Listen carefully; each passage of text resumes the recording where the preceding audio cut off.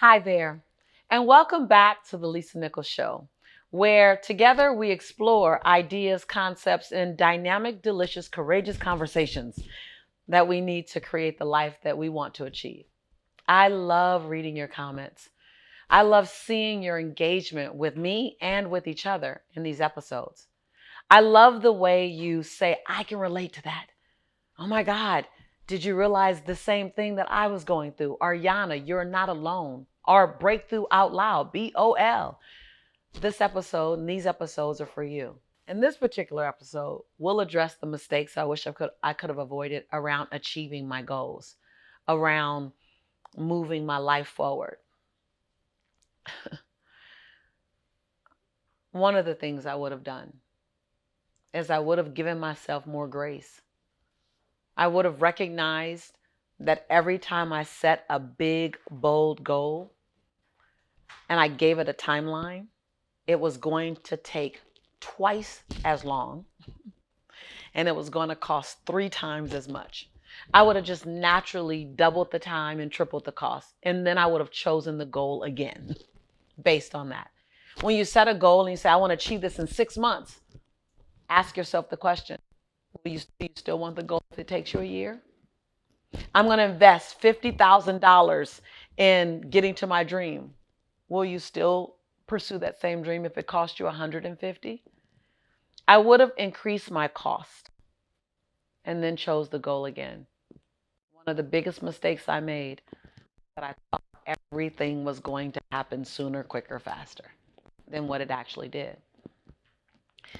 The second mistake, and let me be clear, uh, I don't regret any part of my journey. But if I knew then what I know now, the second thing I would have done is I would have set more detailed action steps to get to the goal. I would set big, bold goals and I would set it by a big, bold date. But I didn't want to get into the granular details of how to get there. And I don't know where the statement came out, the devil's in the details, but I don't think that's true. I believe the success is in the detail. I would have been far more detailed with the how do I get to that big, bold goal step by step. Third thing I would have done, or mistake that I wish I could have avoided, was not nurturing the relationships around me as I attained or went after my dreams.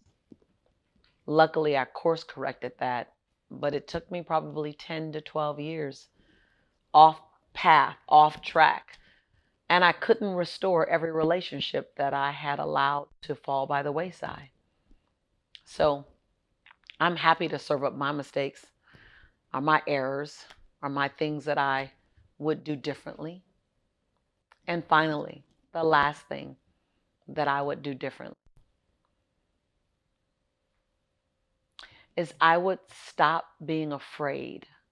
I would have stopped being afraid sooner and earlier that greatness and abundance and wild success was available to someone that looked like me, someone that came from my background, someone that had my educational foundation, which was I'm functionally dyslexic.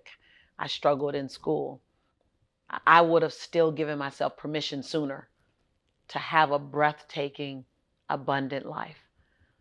While I was transforming my life, I still kept this sense of disbelief.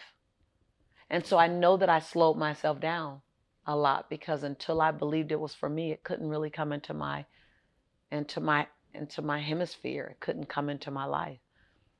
So I would have done more work on my mindset earlier. I would have not just chased the goal, I would have chased the new belief system first. Well, I hope that some of my mistakes, um, based on what I didn't know, helps you to know some things sooner, quicker, faster, or that it just helps to validate that you're not alone in your thinking. I don't ever try to be perfect. I just want to perfectly manage my imperfection. So, with all the things I would have done differently, I'm grateful for the outcome and how things have turned out. And one of the things I'm clear on is until I got in gratitude about anything in my life, I couldn't expand it.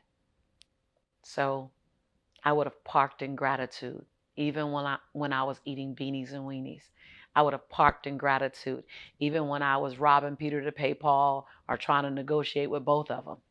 I would have lived in gratitude as I was questioning, can I do this with my mocha skin, my full lips, my round hips, and my kinky hair? I would have lived in gratitude with every rejection that I received. No, thank you, Lisa. We don't want you as a speaker. No, thank you, Lisa. We don't believe that your writing is strong enough. No, thank you, Lisa. You can't live here because your credit's bad. I would have lived in gratitude through all of that, deeper, longer, and stronger. So I hope that this is giving you value. Remember, this show is not just about a monologue. This show is a dialogue. This is a conversation between you and I and a few other amazing gladiators and unicorns. So, what was your biggest aha from this episode? What did you need to hear? Like, Lisa, you are all up in my business. Or, Lisa, oh my God, it's so great to know that I'm not alone with that experience. What did this episode give you? What did it agitate and shake up? What did it bless you with? Please leave me a comment below. I'd love to hear from you. Be sure to subscribe if you haven't subscribed already. This is your posse. This is your tribe. This is your home. And I am your sister in prosperity and in possibility.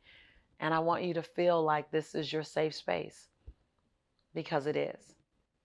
I believe in you and I love you. And I'm excited to see you again real soon.